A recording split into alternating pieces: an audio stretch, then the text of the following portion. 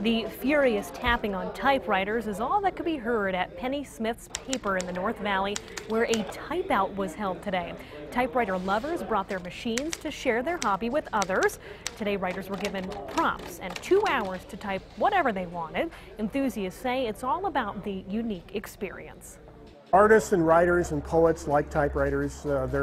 I think it's the non-distractive nature of writing with a typewriter that you can't do anything else but just write.